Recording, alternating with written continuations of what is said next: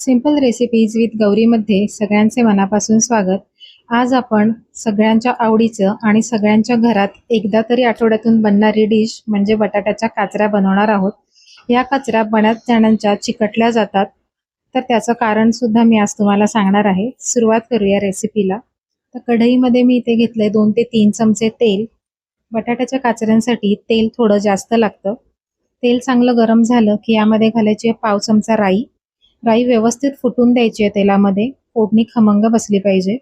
त्यानंतर जिरं घालायचं आहे पाव चमचा. जिरं लगेच फुलतं, त्याला वेळ लागत नाही. हिरवी मिरची तुमच्या आवडीनुसार तिखट जसं आवडतं त्या हिशोबाने घालायची आहे.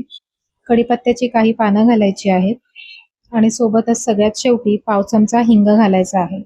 या बटाट्याच्या काचऱ्यांमध्ये फोडणी खूप महत्त्वाचा रोल प्ले करते. फोडणी खमंग बसली की या बटाट्याच्या काचऱ्यांची चव खूप छान येते. आता बटाट्याच्या काचऱ्या बघा मी इथे अशा जाडसर कापून घेतल्यात. त्याचं कारण मी पुढे सांगते. त्या काचऱ्या आपण तेलात टाकूयात. त्यानंतर यामध्ये घालायचं आहे मीठ. पाव चमचा हळद घालायची आहे आणि या काचऱ्या आपण तेलावरती 1 मिनिटभर छान परतून घेणार आहोत. आता बटाट्याच्या काचऱ्या का चिकटतात किंवा त्यांचा लगदा का होतो, तर याचं कारण आहे की बटाटे पातळ कापले जातात. जेव्हा आपण बटाटा पातळ कापतो या समजुतीने की बटाटा पटकन शिजावा, पण बटाट्याच्या काचऱ्यांना असे पातळ बटाटे कापले तर ते एकमेकांना चिकटतात आणि त्याचा लगदा होतो. त्यामुळे बटाटे थोडे जाडसर आपल्याला कापायचे आहेत. यामुळे काचऱ्या अगदी सुटसुटीत होतात. तर बघा असे हे काचऱ्या मी इथे पसरवून घेतल्या आहेत. काचऱ्या बनवण्यासाठी भांडं थोडंसं पसरट किंवा थोडं मोठं घ्यायचं आहे. त्यामुळे व्यवस्थित काचऱ्या पसरवून त्या शिजवता येतात. बऱ्याच वेळेला काचऱ्या अर्धवट शिजतात. जर भांडं मोठं घेतलं तर तो प्रॉब्लेम येणार नाही. आता वरती ठेवायचंय झाकण आणि 5 ते 7 मिनिटं मंद गॅसवरती या काचऱ्यांना छान वाफ बसून द्यायची आहे. 5 ते 7 मिनिटानंतर आपण झाकण उघडून बघूया. अजिबात बटाटे चिकटले नसणार आहेत कढईला, कारण आपण ते पातळ कापलेले नाहीयेत. तर तुम्ही बघू शकताय एकही बटाट्याचा कुठलाही चिप्स असा कढईला चिकटलेला नाहीये. आता खालपासून एकदा आपण याला पुन्हा हलवून घेऊयात आणि पुन्हा आपल्याला ते परत असेच पसरवून पुन्हा झाकण ठेवायचं आहे. कारण आत्ता बटाटा हा 80% शिजलेला आहे. खाली लागलाय करपलाय का हे चेक करण्यासाठी एकदा फक्त आपल्याला झाकण काढून हलवून घ्यायचं आहे. आता पुन्हा आपण त्याला तसंच पसरवून घ्यायचंय आणि झाकण ठेवून आणखीन 3 ते 4 मिनिटं याला वाफ द्यायची आहे मंद गॅसवरती. गॅसची फ्लेम आपल्याला कुठेही मोठी करायची नाहीये. छान खरपूस मंद गॅसवरती या काचऱ्या शिजू द्यायच्या आहेत.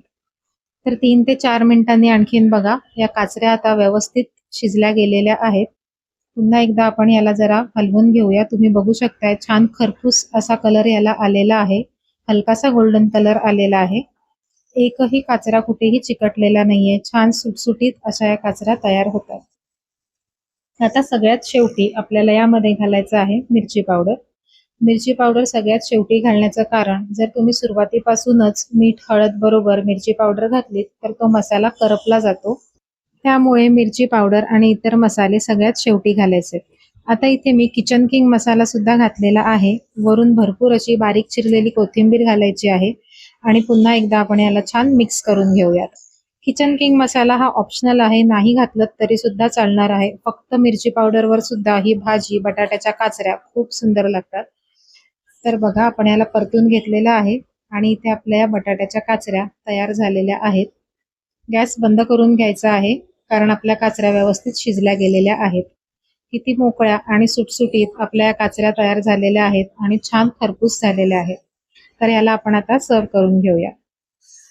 वरण भात आणि त्यासोबत बटाट्याच्या काचऱ्या हे आपलं प्रत्येक महाराष्ट्रीयन लोकांचं कम्फर्ट फूड आहे असं मला वाटते. आपल्या प्रत्येक मराठी घरात आठवड्यातून एकदा तरी या काचऱ्या नक्कीच बनतात, कारण या कशासोबतही छान लागतात. तर आजची रेसिपी कशी वाटली हे कमेंट करून नक्की कळवा. रेसिपी आवडली असेल तर व्हिडिओला लाईक करा, शेअर करा आणि अशाच सिंपल आणि सोप्या रेसिपीज बघण्यासाठी सिंपल रेसिपीज विथ गौरी या चॅनलला सबस्क्राईब करून बेल आयकॉन सुद्धा प्रेस करा. नमस्कार.